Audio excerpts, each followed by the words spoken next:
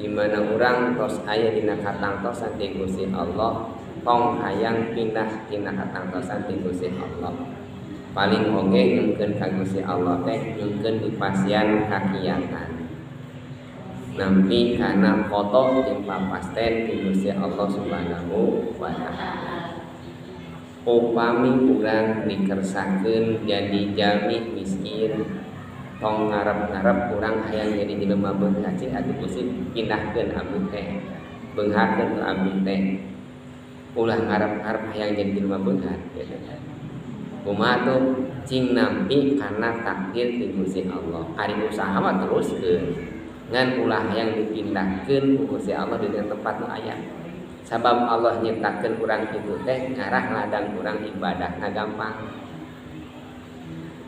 Upami ibu dikersakeun jadi jalmi nu miskin cekap sabar pahara mulu gitu kan.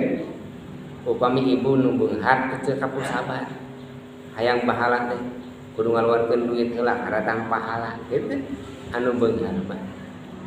Gitu. Upami urang ditakdirkeun jadi rakyat model kaya gitu. Pahala muluk lantaran sabarna gitu. Sabarna rakyat teh eta teh dipasan pahala ku sabar kan. Lamun pamimpinna gaduh pahala teh ku adilna eta hese tidak pamimpinan adil. Upami urang dikersakeun janten anu bodoh, urang nu bodoh kitu nya da cukup ngaji we unggul. Ngaos we nu bodoh mah. Tapi nu pinter teh cukup ngaos. Milarina nya kedah laras-laras ngamalkeunana laras-laras.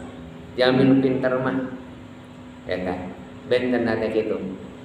Upami urang dikersakeun teh mah janten istri tinggal ku taat. Nah jadi salaki mah langkung abot. Nah itu nya langkung abot tibatan janten istri tanggung jawabna teh. Janten nalika urang aya di tempat anu awan kitu, anasan awan anu kinten-kinten dina mata pandangan dohir itu jalmi anu teu aya manfaatna padahal ageung manfaatna. Gampang milari ibadah kadang